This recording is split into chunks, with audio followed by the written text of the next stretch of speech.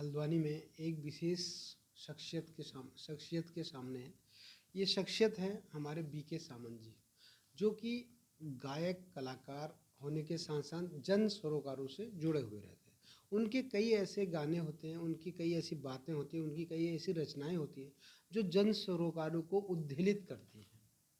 और इसी उनकी बात की वजह से वो कई बार लोगों के निशाने पे भी रहते हैं, लेकिन जन सरोकार के लिए वो इसकी परवाह भी नहीं करते हैं। और उन्होंने कई ऐसे गाने, कई ऐसी रचनाएं की हैं और कई ऐसे बातें की, कई ऐसे आंदोलन का या ये समझे कोई बातों का ऐसा बनाया है जिससे कि जन सरोकार सामने आते हैं। लोगों की भलाई के लिए लोगों को सोचना पड़ता है। सामंत जी, आपका सच की तोप में स्वागत है। धन्यवाद। सामंत जी, बात आजकल जो मेन आजकल जो लीड चल रहा है वह है जोशीमठ का प्रकरण। जोशीमठ में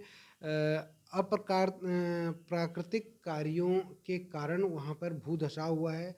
कई लोग बेघर होने को हैं, मकानों में दरारें हैं, लोग अपने मवेशियों और पशुओं को लेके चिंतित हैं। तो ऐसे ही एक मामला जहाँ पर माना गया है, जो है डैम का मामला, जो अगर माने पंचेश्वर में भी एक ऐसा ही डैम बन रहा है, उसकी वजह से, जो कि इससे काफ़ी बड़ा बताया जाता है और उसकी वजह से भी काफ़ी दिक्कतें का सामना करना पड़ सकता है। आपका जो है पंचेश्वर की तरफ जो आपने अपनी जो रचना भी बनाई थी, उसमें भी लोगों ने काफ़ी उसको पसंद किया था। तो इन मामलों को लेके लोगों का क्या सरोकार है और कैसी बातें आप समझते हैं? देखिए, पहले तो जो जोशीमठ में हुआ है इस समय, वो बड़ा दुखदाई है। वो बहुत कष्ट देने वाला है वो, क्योंकि कहीं न कहीं एक जो संस्कृति है जी। और एक जो परंपरा है, उसका लगभग जी। खात्मा ही अगर हम कहें तो ना जी। होने जा रहा है। जी। तो लोगों के घर उजड़ रहे हैं, क्योंकि वो लोग जो जो यहाँ के जो पैतृक निवासी हैं, जी। वो अपनी ज़मीनें छोड़ के, अपने घरों को छोड़ के, अपने मवेशियों को छोड़ के वहाँ से निकल रहे हैं। कहीं भी आप रहते हैं तो आपके साथ उस घर पूरी एक पीढ़ी चलती है। जी। अब ये, अब इसे आप ये यूँ समझ सकते हैं कि एक वहाँ पे लगभग एक जो जितनी उनकी जो पीढ़ियाँ रही होंगी, जी। उनकी यादें समेट के वो जहाँ भी रहेंगे, लेकिन उस तरीके से नहीं रह पाएँगे जिस तरीके से वो वहाँ रहते थे। जी। जी। पहले तो ये मैं समझता हूँ कि ये बहुत बड़ी त्रासदी है जी। पहाड़ के लिए, क्योंकि जो लोग इसके मुक्त भोगी हैं, जी। उन्हें भोगना पड़ रहा है। और रही बात जो पहाड़ में ये विकास हो रहा है, चाहे पंजेश्वर डैम बन रहा हो, ये बना, उसमें मैंने रचनाएँ की हैं। जी। तो मैंने उस रचना में ये दर्शाया है कि देखिए, इस बाँध के बन जाने के बाद क्या होगा? जी। जी। वो एक मेरी परिकल्पना है। जी। उसमें मैंने दर्शाया है कि क्या होगा। और जो बाकी जो विकास है, देखिए विकास तो ये भी मैं ये भी मानता हूँ कि विकास ज़रूरी है। जी। हमारे लिए विकास तो ज़रूरी है, बट विकास किस तरीके से होने चाहिए और किस दायरे में रह के हमें विकास करना चाहिए, जी। इसके लिए हमें एक रूपरेखा तैयार करने की ज़रूरत है। और मुझे लगता है कि जो सामाजिक लोग भी हैं, जो सरकार भी है, तो इस पक्ष में इस विचार कर रही होगी, कोई न कोई एक अच्छी ठोस नीति लेके आएगी, जी। तो उसके तहत ही वो आगे बढ़ेंगे। जी। जी। जी।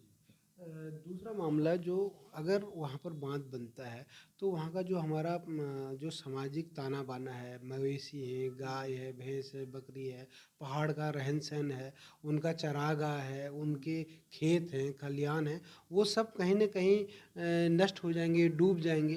तो ऐसे विकासों से जो है, जो जो एक पहाड़ की परिकल्पना है, जो संरचना है, वो कहीं ना कहीं उसको नुकसान पहुँच रहा है। हाँ, नुकसान तो देखिए अभी भी पहुँच रहा है ना। आप देखिए, अब जो सड़कें बन रही हैं इस समय में, जी।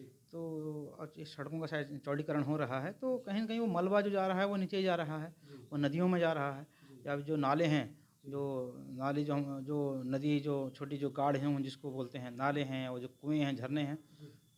उन पे भी असर पड़ रहा है। जी। और जो जंगल, जो हमारी जो महिलाएँ घास काटने जो जंगल जाती थी या जाती हैं, जी। और जो मवेशी हमारे जो जंगलों में जाते थे चरने के लिए, जी। तो चारागाह हमारे जो जो होते हैं, जी। अब उनके लिए भी वो रास्ते बंद हो रहे हैं। तो फिर इसमें भी हमने ध्यान देना है कि जी। किस हद तक हमें, फिर मैं उसी पे आ रहा हूँ कि किस हद तक हमने विकास करना है। इसको लेकर के हमें एक ठोस रणनीति बनानी ही पड़ेगी, नहीं तो अन्यथा क्या है, आज जो गाँव को तो आज महिलाओं ने बचा के रखा हुआ है, पहाड़ों को तो जी। मर्द लोग तो सब बाहर ही हैं। जी। तो उनके लिए हमारे पास क्या नीति है ना। जी। तो इस पे हमें विचार करने की ज़रूरत है। और मैं समझता हूँ कि हर आदमी, हर माँ चाहेगी कि मेरी बेटी, मैं घास काट रही हूँ तो मेरी बेटी ना काटे। और हर बाप पिता चाहता है कि अगर मैं लेबरी कर रहा हूँ तो मेरा बेटा लेबरी ना करे। ना, ये तो कोई, ये स्वाभाविक है, ये हर कोई चाहता है।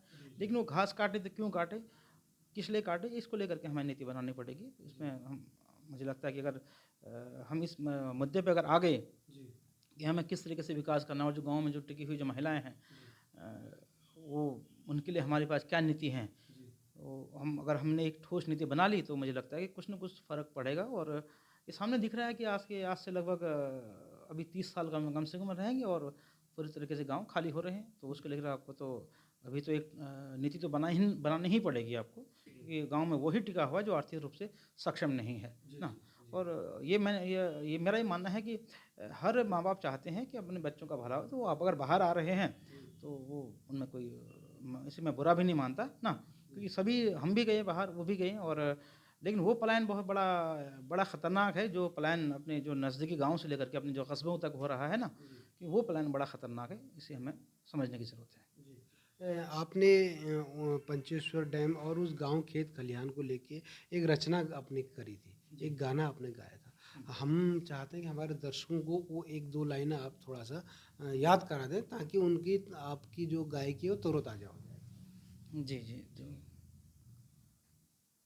यो आरी उपारी डूबी जानी थोड़े दिनों के बाद, बण में देखा पंचेश्वर में बांध, क्वे जालो भाबर फिर क्वे जालो हल्द्वानी, निजाला आँखों माँ सब भरी भैर पानी, यो गाड़े को पानी, यो नौला को पानी, खोलो हम थे यो धारा को पानी पानी पानी पानी, थम जा बगना पानी, थम जा उड़ना बादल, न जा यो भूमि छोड़ी, न जा देश भावरा।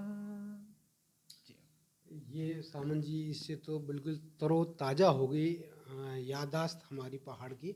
और सबसे बड़ा मुद्दा ये है कि जो ऐसे विकास से हमारी जड़ें कट जा रही हैं, वो सबसे ज़्यादा नुकसानदायक है। विकास हो ताकि लोगों का आना जाना रहे, एक निश्चित दायरे में विकास हो, ऐसी लोगों की सोच है। इसको करने के लिए आप आगे, आपने कई मुद्दे भी उठाए, कई आपकी और रचनाएं भी बनेंगी। तो आपका जो है ये जो ये परिकल्पना है, ये किसी भी कलाकार को उसका स्तर ऊंचा उठाती है। आगे आप इन जन सरोकारों को बनाए रखने के लिए क्या और अपनी तरफ से प्रयासरत है? बिल्कुल, कोशिश रहती है मेरी। उसके बाद देखिए, मैंने बाँस पे भी एक गीत बनाया कि आइए बाँझों को आप संरक्षित कीजिए। बाँझ हो गया, काफल हो गया, देवदार हो गया, बुरांस हो गया, ये मात्र पेड़ भर नहीं हैं, ये जीवनदायी वृक्ष हैं।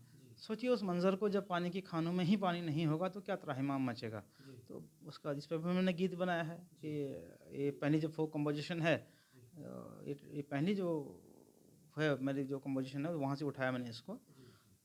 उसके बाद से फिर व्यथा पहाड़ की मैंने अभी बनाया कि जिस तरीके से जो कंस्ट्रक्शन हो रहा है यहाँ पे, तो उसके जो क्या अभी जो इस समय जो परिणाम हैं उसके क्या हो रहे हैं, हम क्या भुगत रहे हैं, भविष्य में देखो क्या होगा, भविष्य में कितने उसकी जो परिणाम हमारे खिलाफ होंगे या हमारे पक्ष में होंगे ना, वो एक अलग मसला है। बट इस समय पे हम जो उसको भोग रहे हैं, तो उसको लेकर के मैंने व्यथा पहाड़ की गीत बनाया है। तो उसे आप जो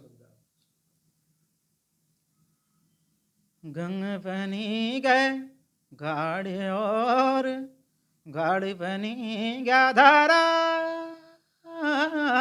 धारा सब नौल बनी गया, नौलन है गया तली पार,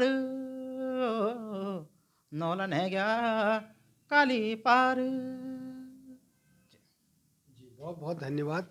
उम्मीद करते हैं कि हमारे सामंत जी का ये जो प्रयास है, ये भगीरथ प्रयास बने, और जो है सरकारें और हमारी संस्थाएं और जो नीति निर्धारक हैं हमारे, वो इस पे अमल करेंगे और लोगों के सरोकारों को खराब करने और उजाड़ने का काम नहीं करेंगे। सच की तोप के लिए हल्द्वानी से महेंद्र नेगी।